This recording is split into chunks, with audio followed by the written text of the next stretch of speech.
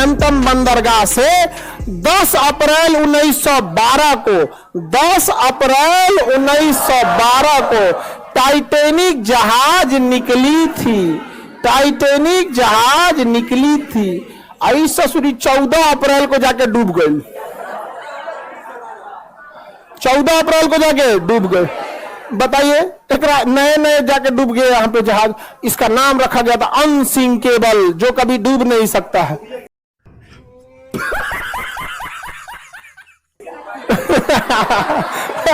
पहले यात्रा में डूब गया यहां पर। रीजन था उसका, समझिए ध्यान से। ये साउथहैम्पटन से निकला, एकदम फर्स्ट क्लास निकल गया था।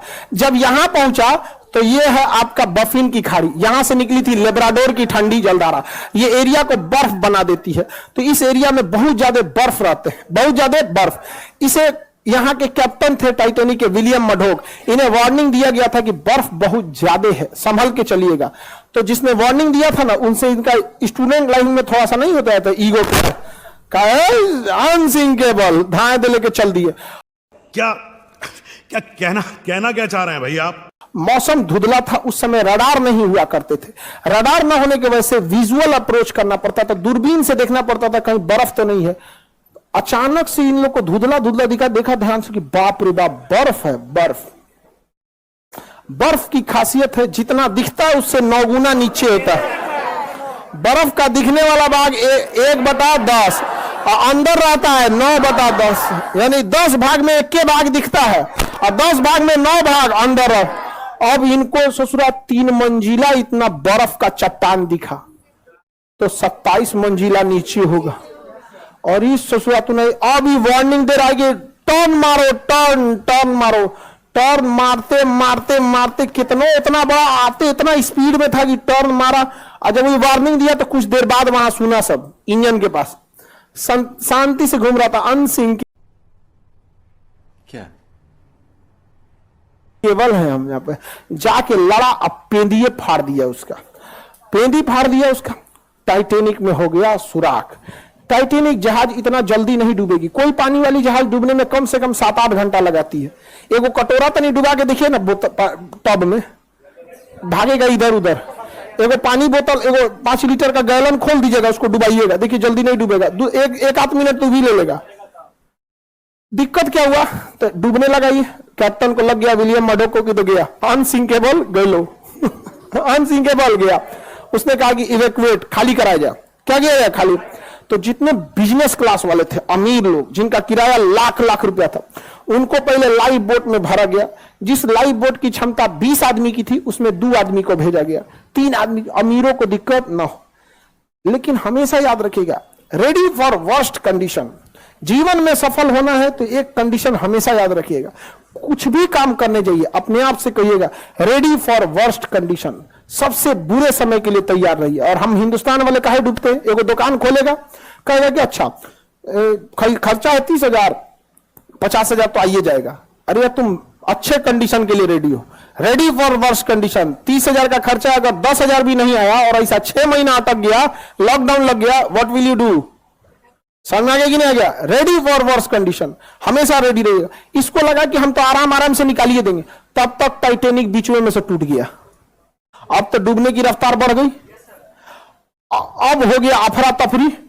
अब बोट हो गई, उसमें भेजा 5 आदमी, 2 आदमी, बाद में वो 20 आदमी वाले पे उतार दिया 50 आदमी, वो डूब गया। अब इतना तेजी से टाइटैनिक डूबने लगा कि लोग लाइफ जैकेट पहन के कूद गए। उसमें भी कोई दिक्कत नहीं होता।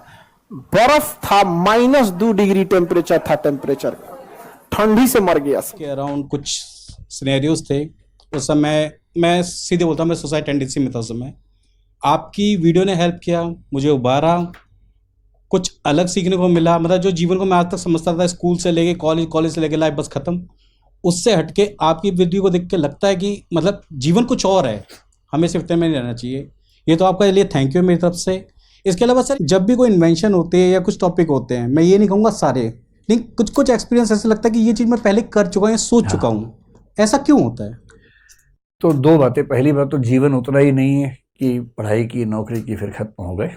इसी बात को एक शायर ने बड़े खूबसूरत तरीके से कहा था, हम क्या कहें अहबाब क्या कारे नुमाया कर गए। अहबाब का मतलब मित्र, दोस्त।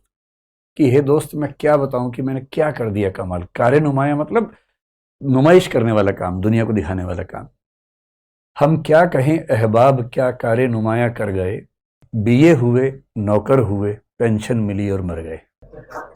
तो जिंदगी सिर्फ ये नहीं है कि बीए हुए नौकरी की पेंशन ली और मर गए और झगड़ा करते रहे कि ओल्ड पेंशन की न्यू पेंशन। जिंदगी सिर्फ इतनी थोड़ी है, कुछ तो उसके बियॉन्ड होनी चाहिए ना। और तीसरा सवाल आपने क्या पूछा था? डेजावू। हाँ, ये इसको डेजावू कहते हैं मनोविज्ञान में। डेजावू का मतलब है कुछ होते हुए ये एहसास होना कि ऐसा पहले हो चुका है। कुछ लोग बोलते हैं कि मिस्टिसिज्म का एक लक्षण है। मिस्टिसिज्म क्या होता है कभी बात करेंगे विस्तार में। मिस्टिसिज्म का बेसिक मतलब है, कुछ लोग बोलते हैं कि हमें ईश्वर का साक्षात एहसास हुआ, वो मिस्टिकल एक्सपीरियंस होता है। इस पर खूब स्टडीज हुई है और मिस्टिकल एक्सपीरियंस का ही एक रूप मानते हैं डेजावू। आप सर्च करना डेजावू क्या होता है, नेट पे आपको पूरा मिलेगा।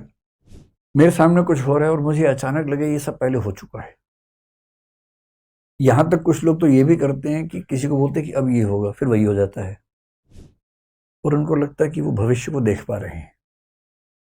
इसमें खतरा ये है कि अगर ये साबित हो जाए कि जो हो रहा है आप पहले देख चुके हैं, इससे केवल ये साबित नहीं हो रहा कि आप बहुत बड़े ज्ञानी और सर्वज्ञ हैं, इससे एक बात और साबित हो रही है, वो ये कि जो भी हो रहा है पहले से तय है। अगर पहले से तय न होता तो आप देखते कैसे? और अगर सब कुछ पहले से तय है तो हम कठपुतलियां हैं। हम हंस भी रहे हैं तो वही पहले से तय था, यानी कि हम खुद कुछ भी नहीं कर रहे। ये बहुत रिस्की प्रपोजिशन है फिलोसफी में, लेकिन इसका जवाब है। इसका जवाब साइंस ये देती है कि डेजावू इसलिए होता है कि वो एक इंट्यूटिव रीजनिंग का मामला है। अब इंट्यूटिव रीजनिंग एक शब्द आ गया। रीजनिंग एक तो होती है जो हम कॉन्शियस रीजनिंग करते हैं कि रीजनिंग का सवाल है 2 गुणा 3 6, 2 गुणा 8 16, आप ऐसे कर रहे हैं, ये तो सोच समझ के रीजनिंग कर रहे हैं। इंट्यूटिव रीजनिंग का मतलब है इंट्यूशन के लेवल पर रीजनिंग हो रही है, और इंट्यूशन में जो होता है वो हमें पता नहीं लगता कैसे हो रहा है वो भी रीजनिंग, पर इंट्यूशन के स्तर पे। और रीजनिंग कैसे है? आप उन्हीं चीजों में ऐसा बोल पाएंगे जो चीजें आपके सामने कई बार हुई हैं या बहुत पहले हुआ था, आपके अनकॉन्शियस में वो चला गया। अनकॉन्शियस में होने से क्या होता है, वो इंट्यूशन के लेवल पे चला जाता है, क्योंकि बहुत पहले ऐसा चीज हुई थी, आज फिर वैसा हो रहा है। दोनों में तुलना करके आप अनुमान कर रहे हैं, वो दो अलग घटनाएं हैं, मिलती जुलती हैं। पिछले वाले भूल चुके हैं, वो आपके अनकॉन्शियस में है, और आपको आज की घटना देख के लग रहा है कि ये तो मैंने देखा हुआ है, जबकि कुछ और देखा था इससे मिलता जुलता, और अब वो कॉन्शियस माइंड में रहा नहीं, आपके अनकॉन्शियस में है। अनकॉन्शियस से इंट्यूशन का लिंक बनता है। इंट्यूशन की शक्ति रीजनिंग से बता रही है कि इसके बाद ये होगा, और 10 में से 2-3 बार वैसा हो भी जाता है। जब 7 बार नहीं होता आप उसको सीरियस ही नहीं लेते, पर 10 में से 2 बार हो गया, बहुत सीरियस होते हैं कि मुझे पहले से पता था, जबकि 8 बार गलत भी हुआ था, पर गलत वाला सैंपल आपने छोड़ दिया, आपने सैंपलिंग चुन चुन के वो की जो सही निकला, और इससे आपको लग रहा है कि पहले से सब तय है और मैं सब जानता हूं, मैं नार्सिसिस्ट हूं।